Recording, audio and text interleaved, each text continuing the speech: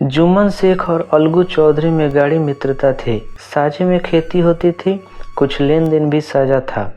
एक को दूसरे पर अटल विश्वास था। जुम्मन जब हज करने गए थे तब अपना घर अलगू को सौंप गए थे और अलगू जब कभी बाहर जाते तो जुम्मन पर अपना घर छोड़ देते थे। उनमें न खान पान का व्यवहार था, न धर्म का नाता, केवल विचार मिलते थे। मित्रता का मूल मंत्र भी तो यही है। इस मित्रता का जन्म उसी समय हुआ जब दोनों मित्र बालक ही थे और जुम्मन के पूज्य पिता जुमराती उन्हें शिक्षा प्रदान करते थे। जुम्मन शेख की एक बूढ़ी खाला थी। उसके पास थोड़ी सी जमीन थी, परंतु उसके निकट संबंधियों में कोई न था। जुम्मन ने लंबे चौड़े वादे करके वह जमीन अपने नाम लिखवा ली थी। जब तक रजिस्ट्री न हुई थी तब तक खाला जान का खूब आदर सत्कार किया गया। उन्हें खूब स्वादिष्ट पदार्थ खिलाए गए। हलवे पुलाव की वर्षा हो गई, पर रजिस्ट्री की मोहर ने इन खातिरदारियों पर भी मानो मुहर लगा दी। जुम्मन की पत्नी करीमन रोटियों के साथ कड़वी बातों के कुछ तेज तीखे सालन भी देने लगी। जुम्मन शेख भी निठुर हो गए। अब बेचारी खाला जान को सुबह शाम ऐसी बातें सुननी पड़ती थी। बुढ़िया न जाने कब तक जिएगी। 2-3 बीघे क्या दे दिए मानो मोल ले लिया हो। बघारी दाल के बिना रोटियां नहीं उतरती। जितना रुपया इनके पेट में झोंक चुके उतने से तो अब तक गांव मोल ले लेते। कुछ दिन खाला जान ने सुना और सहा, पर जब न सहा गया तब जुम्मन से शिकायत की, पर जुम्मन भी चुप रहा। कुछ दिन तक और यूं ही रो धोकर काम चलता रहा। अंत में एक दिन खाला ने जुम्मन से कहा, बेटा तुम्हारे साथ मेरा निर्वाह न होगा, तुम मुझे रुपये दे दिया करो, मैं अपना खा पका लूंगी। जुम्मन ने दृढ़ता के साथ उत्तर दिया, रुपये क्या पेड़ पे उगते हैं? खाला ने नम्रता के साथ कहा, मुझे बस थोड़े ही पैसे चाहिए। जुम्मन ने गंभीर स्वर में जवाब दिया, तो कोई यह थोड़े ही समझा था कि तुम मौत से लड़कर आई हो? खाला जान इस बात पर बिगड़ गई। उन्होंने पंचायत करने की धमकी दी। जुम्मन हंसे और बोले, हाँ जरूर पंचायत करो, फैसला हो जाए। मुझे भी यह रात दिन का झंझट पसंद नहीं। पंचायत में किसकी जीत होगी इस विषय पर जुम्मन को कोई भी संदेह नहीं था। आसपास के गांव में ऐसा कौन था जो उनके अनुग्रहों का ऋणी न हो? ऐसा कौन था जो उसको शत्रु बनाने का साहस कर सके? किसमें इतना बल था जो उसका सामना कर सके?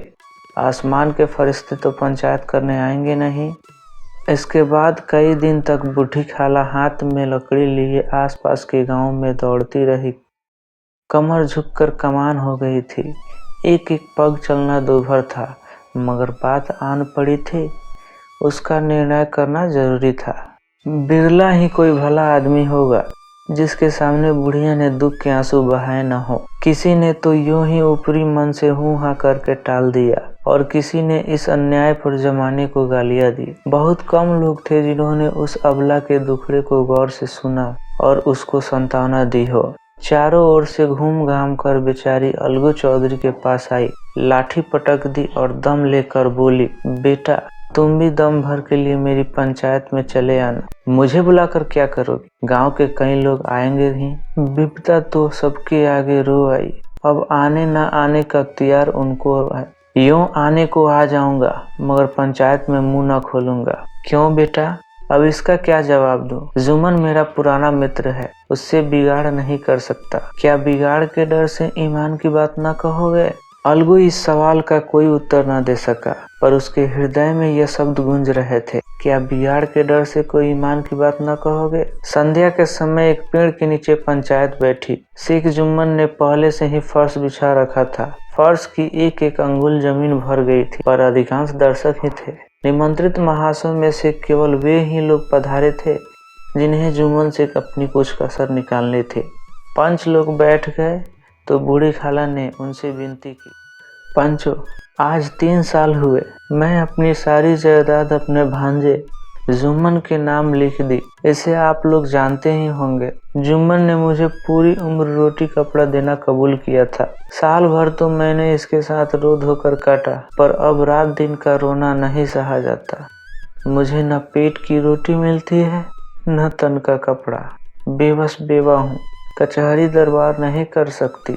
तुम्हारे सिवा किसको अपना दुखड़ा सुनाऊं? तुम लोग जो राह निकाल दो उसी राह पर चलो। अगर मुझ में कोई ऐप देखो तो मेरे मुंह पर थप्पड़ मारो। जुम्मन में बुराई देखो तो उसे समझाओ। क्यों एक बेबस की आह लेता है? मैं पंचों का हुक्म सिर माथे पर चढ़ाऊंगी। रामधन मिश्र बोले, जुम्मन मियाँ किसे सरपंच बनाते हो? अभी से इसका निर्णय कर लो, फिर जो कुछ पंच कहेंगे वही मानना पड़ेगा। जुम्मन मियाँ और खाला जान में सरपंच बनाने के लिए दोनों में कुछ कहासुनी हो गई। तो खाला जान बोली, बेटा खुदा से डरो। पंच न किसी के दोस्त होते हैं न किसी के दुश्मन। कैसी बात कहते हो? और तुम्हारा किसी पर विश्वास हो या न हो, जाने दो। अलगू चौधरी को तो मानते हो, लो मैं उन्हीं को सरपंच बना देती हूँ। जुम्मन शेख आनंद से फूल उठे, परंतु भाव को छिपा कर बोले, अलगू ही सही, मेरे लिए जैसे रामधन है वैसे अलगू। अलगू इस झमेले में फंसना नहीं चाहते थे। वे कनी काटने लगे। बोले, खाला तुम जानती हो कि मेरी जुम्मन से गाढ़ी दोस्ती है। खाला ने गंभीर स्वर में कहा, बेटा दोस्ती के लिए कोई अपना ईमान नहीं बेचता। पंच के दिल में खुदा बसता है। पंचों के मुंह से जो बात निकलती है वो खुदा की तरफ से निकलती है। अलगू चौधरी सरपंच हुए। रामधन मिश्र और जुम्मन के दूसरे विरोधियों ने बुढ़िया को मन में बहुत कोसा। अलगू चौधरी बोले, जुम्मन शेख हम और तुम पुराने दोस्त हैं। जब काम पड़ा तुम हमारी मदद की और हम भी जो कुछ भी बन पड़ा तुम्हारी सेवा करते रहे हैं। मगर इस समय तुम और बूढ़ी खाला दोनों हमारी निगाह में बराबर हो। तुमको पंचों से जो कुछ कहना है कहो। जुम्मन को पूरा विश्वास था अब बाजी मेरी है। जुम्मन बोला, पंचो 3 साल हुए खाला जान ने अपनी जायदाद मेरे नाम कर दी थी। मैंने उन्हें पूरी उम्र खाना कपड़ा देना कबूल किया था। खुदा गवाह है, आज तक मैंने खाला जान को कोई तकलीफ नहीं दी। मैं उन्हें अपनी माँ के समान समझता हूँ। उनकी खिदमत करना मेरा फर्ज है। मगर औरतों में जरा अनबन रहती है, उसमें मेरा क्या बस है। खाला जान मुझसे माहवार खर्च अलग मांगती है। जायदाद जितनी है वो पंचों से छिपी नहीं। उससे इतना मुनाफा नहीं होता कि माहवार खर्च दे सकूं।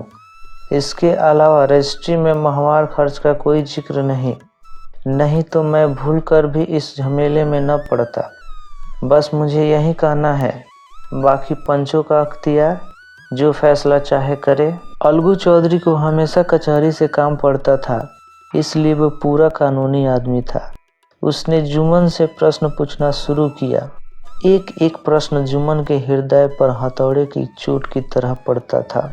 जुम्मन चकित थे कि अलगू को क्या हो गया। अभी ये अलगू मेरे साथ बैठा हुआ कैसी कैसी बातें कर रहा था। इतनी ही देर में ऐसी काया पलट हो गई कि मेरी जड़ खोदने पर तुला हुआ है।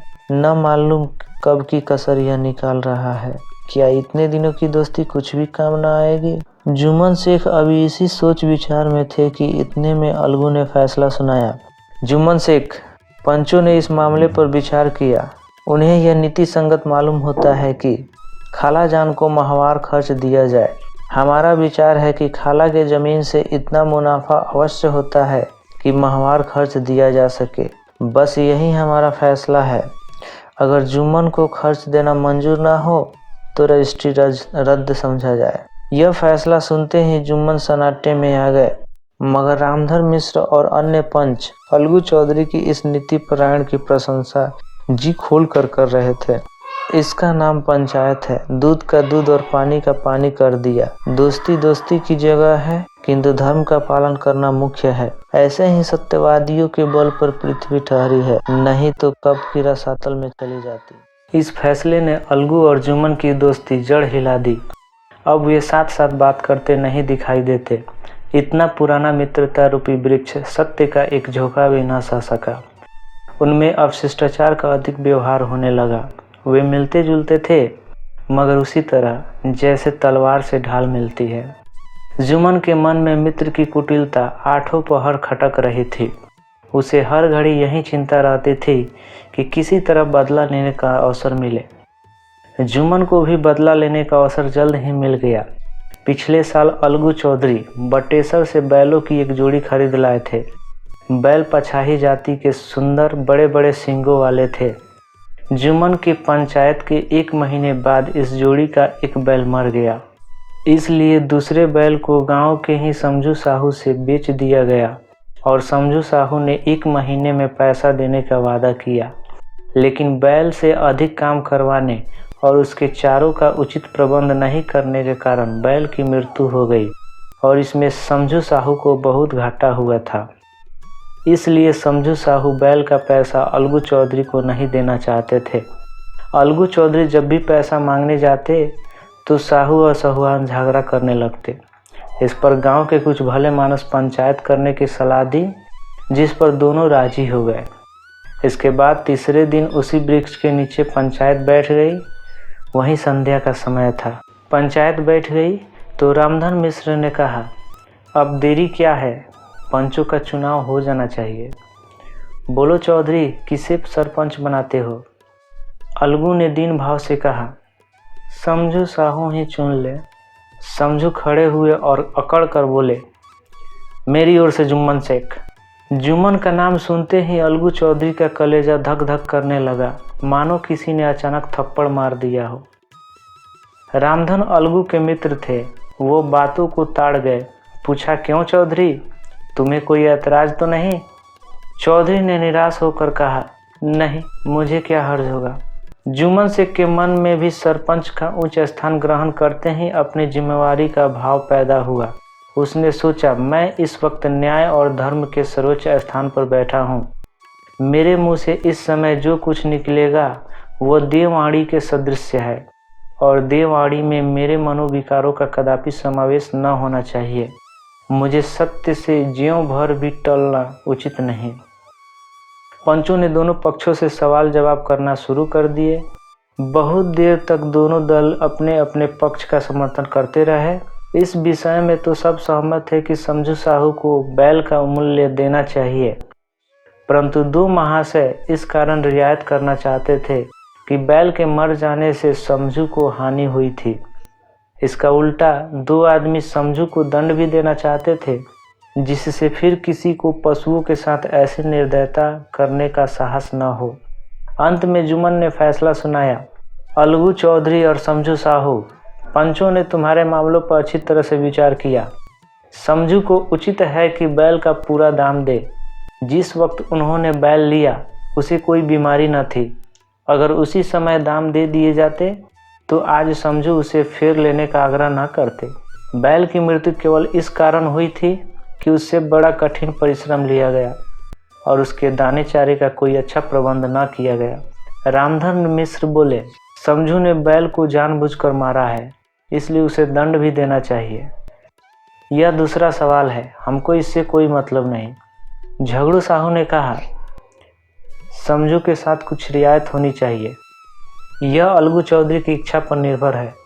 यह रियायत करे तो ठीक है। अलगू चौधरी फूले न समाये और उठ खड़े हुए और जोर जोर से बोले, पंच परमेश्वर की जय। इसके साथ ही चारों ओर से प्रतिध्वनि हुई, पंच परमेश्वर की जय, पंच परमेश्वर की जय, पंच परमेश्वर की जय। प्रत्येक मनुष्य जुम्मन की नीति को सराहता था। इसे कहते हैं न्याय। यह मनुष्य का काम नहीं, पंच में परमेश्वर वास करते हैं, यह उन्हीं की महिमा है। पंच के सामने खोटे को कौन खरा कह सकता है। थोड़ी देर बाद जुम्मन अलगू के पास आए और उनके गले लिपट कर बोले, भैया, जब से तुमने मेरी पंचायत की तब से मैं तुम्हारा प्राण घातक शत्रु बन गया था, पर आज मुझे ज्ञात हुआ कि पंच के पद पर बैठकर न कोई किसी का दोस्त होता है न दुश्मन। न्याय के सिवा उसे और कुछ नहीं सूझता। आज मुझे विश्वास हो गया कि पंच की जबान से खुदा बोलता है। अब अलगू रोने लगे। इस पानी से दोनों के दिलों का मैल धुल गया और मित्रता का मुरझाई हुई लता फिर से